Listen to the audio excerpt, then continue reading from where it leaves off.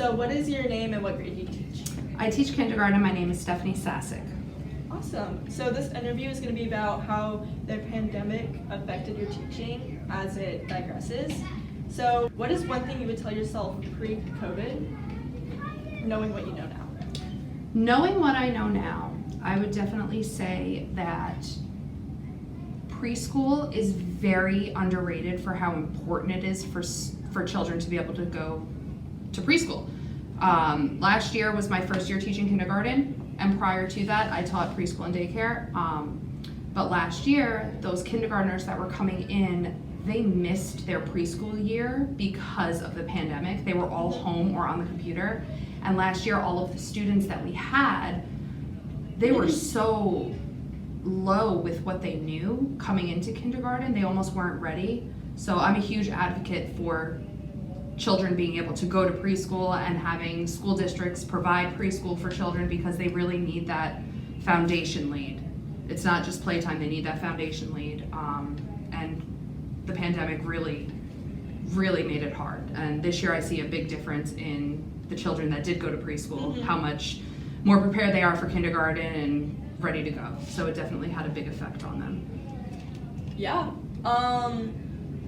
So because of this, there's obviously been a lot of changes within the school. So how would you describe these changes within the school and how is it affecting students? So within the school, I did not physically teach during the pandemic.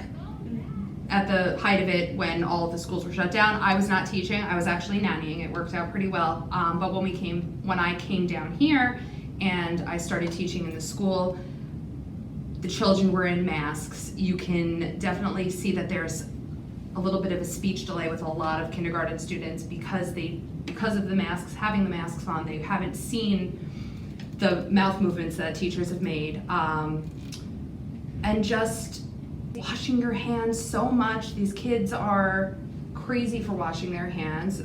You can tell that a lot of them didn't really grow up with much of like a social life, so having them be at school, they're so excited to be around other kids, because they missed out because of the pandemic for a few years. They missed out on all of that. Yeah.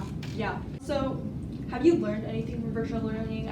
I know that you said that you didn't really experience it like many others, but did you still learn something? I did. So I did experience it in the aspect of when we would have to quarantine and different things like that once we were in person.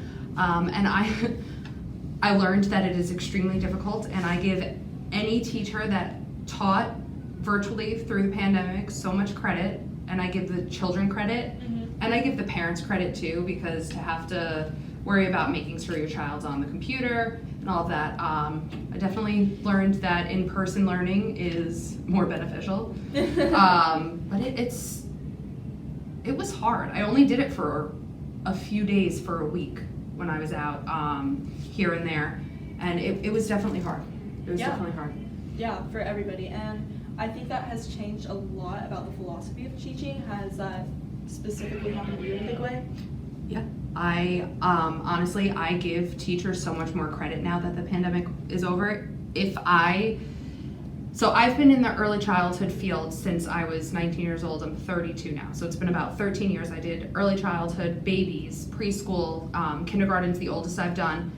And I can honestly say that as far as teaching goes, if I had to teach through the pandemic and if I had to be virtual that entire time or deal with having my students be 6 feet apart from each other, they're babies. They can't do that. That was so sad. I probably wouldn't be teaching anymore if I had to teach through it, to be completely honest with you.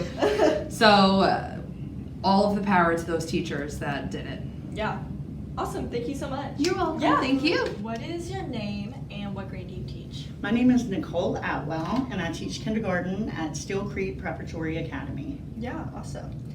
Okay, so to start, how do you think COVID has affected your teaching? I think it's affected my teaching in a way where our students are coming in and they're a lot more behind. Instead of teaching at a kindergarten level, they're more at a pre-K, preschool level, and that's made it difficult because it's affected behaviors, it's affected learning. With affecting my teaching, I think I focus a lot more on their mental health, just because children have been through so much the past 3 years with COVID. Yeah. So because of this, what's one thing you would tell your pre-COVID self after the pandemic? One thing I would tell my pre-COVID self, I would tell my pre-COVID self to hang in there, to be strong, because even though, outsiders that are not teachers or not in school, we're saying that virtual learning is a joke and all this, people do not realize how much teachers worked so hard to make sure kids, while they were at home, would get the best education that they could. Yeah, so can you just elaborate on that, about what would you tell those people after learning what you know now and sort of collaborating with everyone else to fight this issue? Who think that virtual learning was a joke and all that. Yes. I would tell those people to walk in my shoes for a day, because usually the people that are judgmental or think that teachers don't want to work or we're doing this and that, it's usually people that have not come and walked through a school or not dealt with the daily demands that a teacher has to go through. Yeah. When COVID hit, not only some days we were having to come in and teach virtually, and me standing in front of here while children are at home on their screens, we were having to plan for that, as well as coming into school and making special packets to send to the kids. So we were making packets, having to come in, make sure they were developmentally appropriate, making sure that parents had enough work for their child to do at home. It was a real challenge during COVID. Yeah, so how do children behave now after the pandemic? There are a lot of behavior issues now.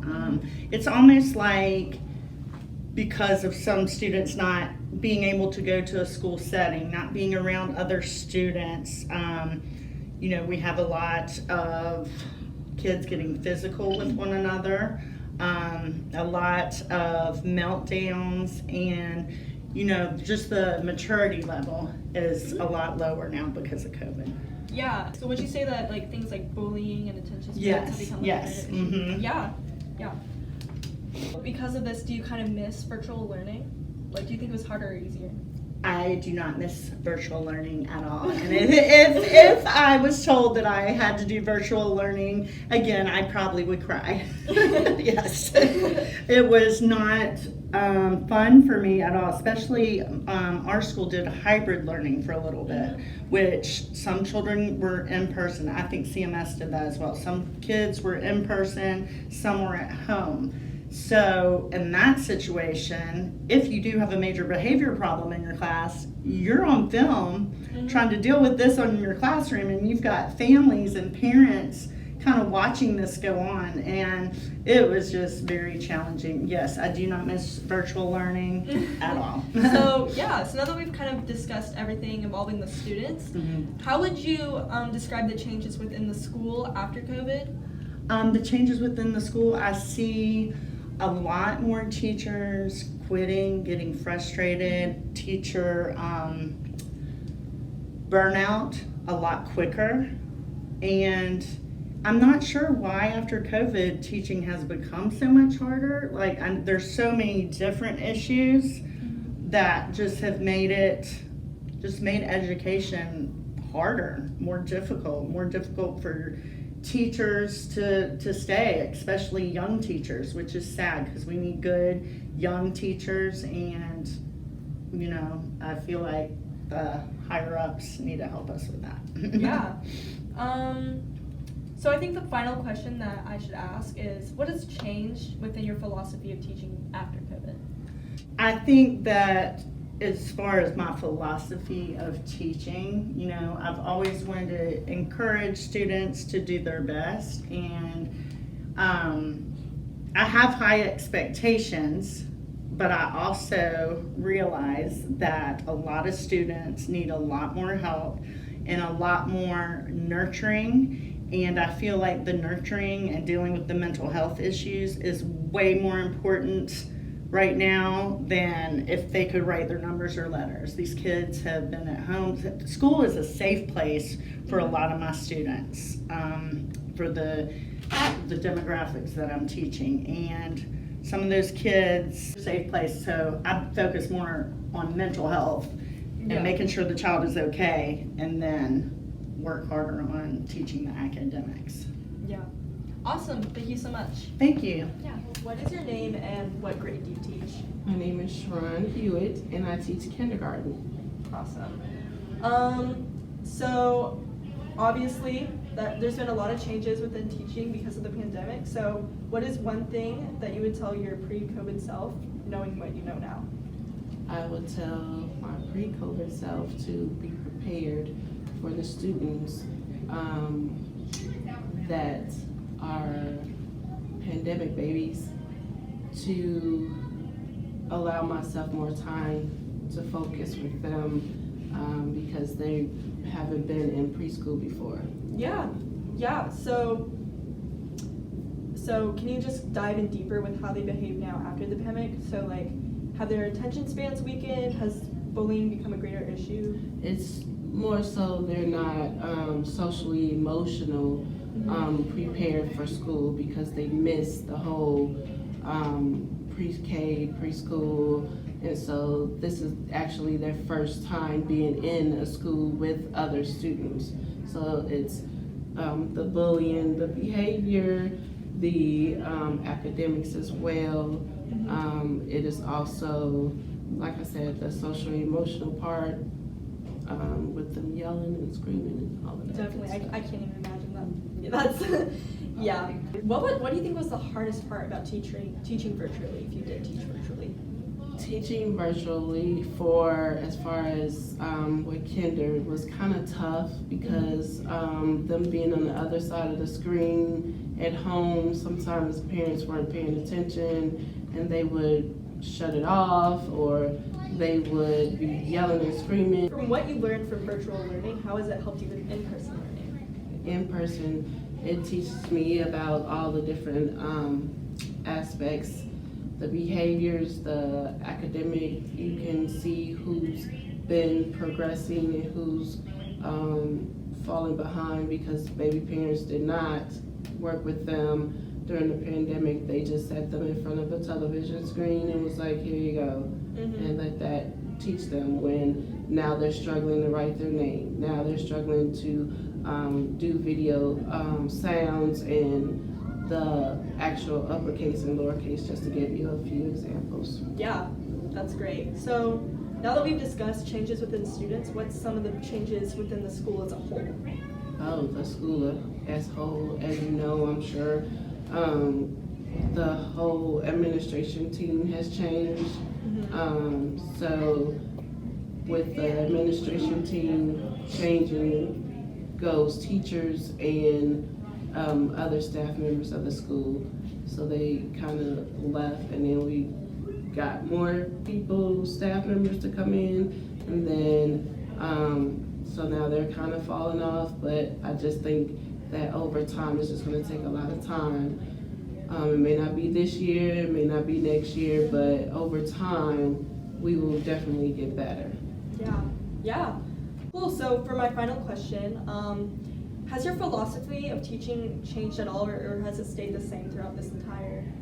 It stayed the same because I'm true to the students. I want to help them succeed and prepare them for the next grade level. I'm partnership with the parents so that we can tag team each other. So what they don't get at school, they should be getting at home. Yeah. Or vice versa. Yeah. Cool. Thank you so much. So, what is your name and what grade do you teach? I'm Brandy Hansen, aka Miss Frizzle, and I do middle school science, 6, 7, and 8. Awesome. To start, what is one thing you would tell yourself pre-COVID? Copies. Right? Because once COVID happened, it's like it was a shortage of everything. So if you have your own supply of stuff, then you won't need anybody else's stuff. Yeah, true. Yeah. Do you sometimes miss virtual learning? I miss virtual learning on bad days, like Yeah. weather days, emotional days. That's what I miss a lot. But I like the interaction of having students here that I can actually touch.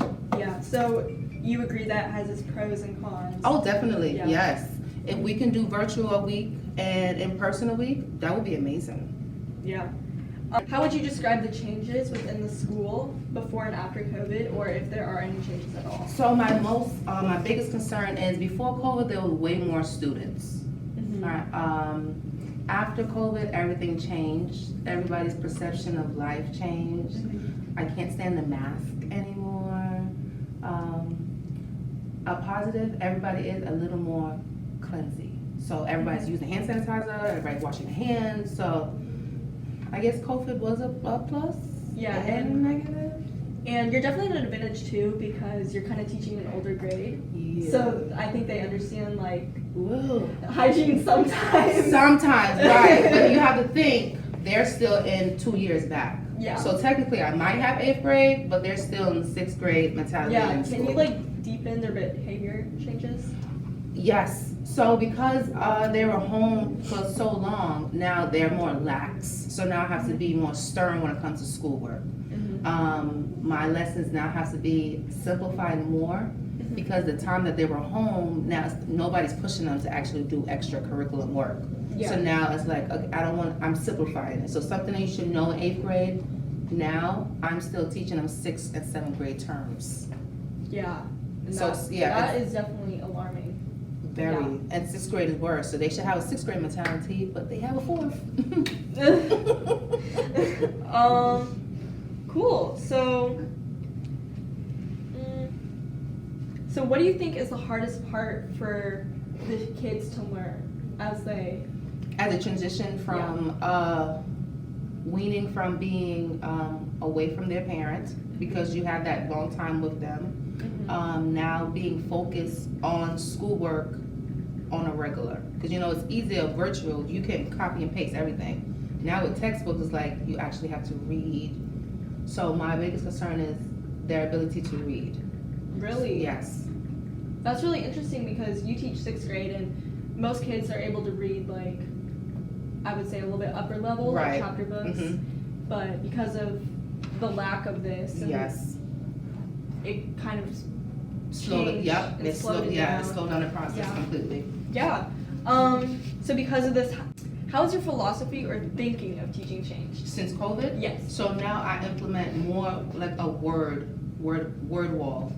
Or now I add vocabulary way more into my lesson than I did before. Because I'm like, oh, you should know this. Yeah. 2 years now, it's like, no, I don't know this word. Even now, when I do my do nows, I tell them, what does a sentence start with? A capital. What does a sentence end with?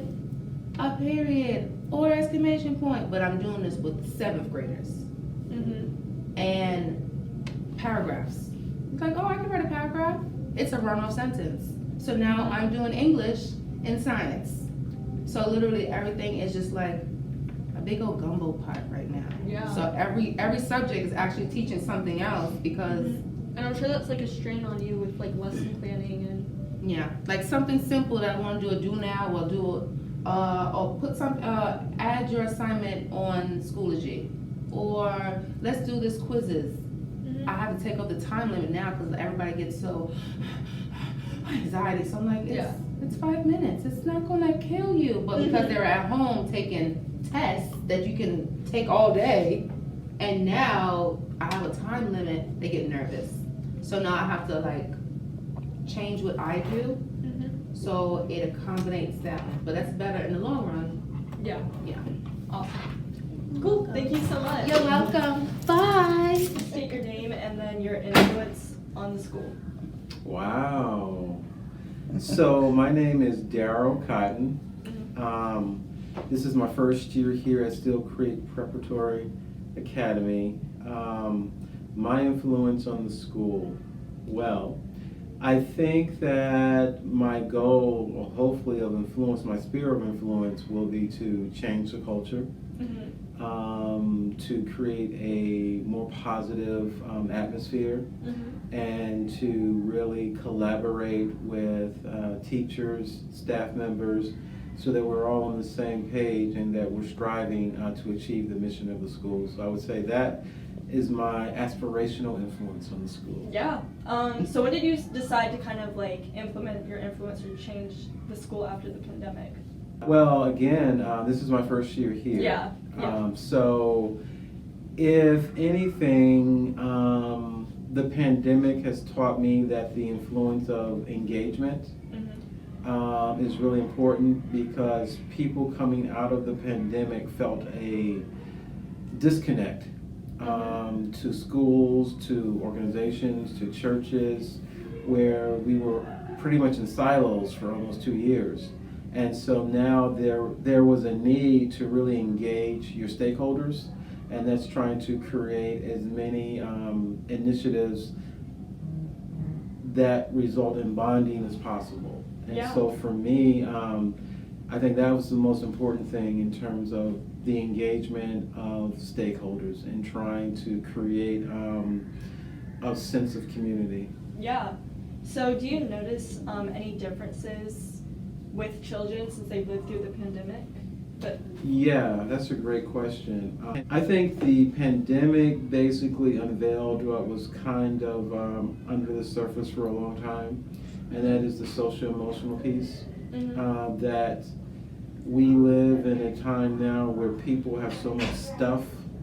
I like to call this stinky stuff that they bring to school communities, resulting in their backgrounds, resulting in their families, and I think all of that has created the need for special services within schools, such as a guidance counselor, such as mentors, such as people that really are interested in building relationships, because there's no longer can you focus on the ABCs. There has to be that social-emotional component. Yeah. So has this kind of changed your educational policies in a way? It really has. I think one of the things that's been really good for those who have left schools and have gone to other schools, sometimes when you were at your previous school, you were kind of in a bubble. But then when you are in a new setting with new challenges, it really influences or alters kind of your plan. Because right now, I'm learning, personally speaking, I've got to meet people where they are and then give that nudge and then try to kind of shape the vision with trying to get everyone on board. Yeah. So what is one thing that you would tell other principals that have shared your experiences? Keep the faith. This is the period of the Great Resignation, and I think education has been the most impacted of all of the fields. That people are making life-altering decisions, leaving the profession after teaching for so many years, or maybe just new teachers. In fact, there was a study that just came out that there's not a lot of teachers, people training to be professional educators now. And it's forcing principals to kind of become more creative. Yeah. And I think as a result, my experience or words of advice would be to remain positive, but to also look at thinking outside of the box, because what we used to do, traditionally speaking, we can't do anymore because it just doesn't work. Yeah. And the sad thing is that I think there are other things coming down the pipeline from the pandemic, and I think it's going to have lasting implications. Be it another pandemic, be it another national crisis, I think it has forever altered education as we once knew it 3 or 4 years ago. Yeah, definitely. Awesome. Thank you so much.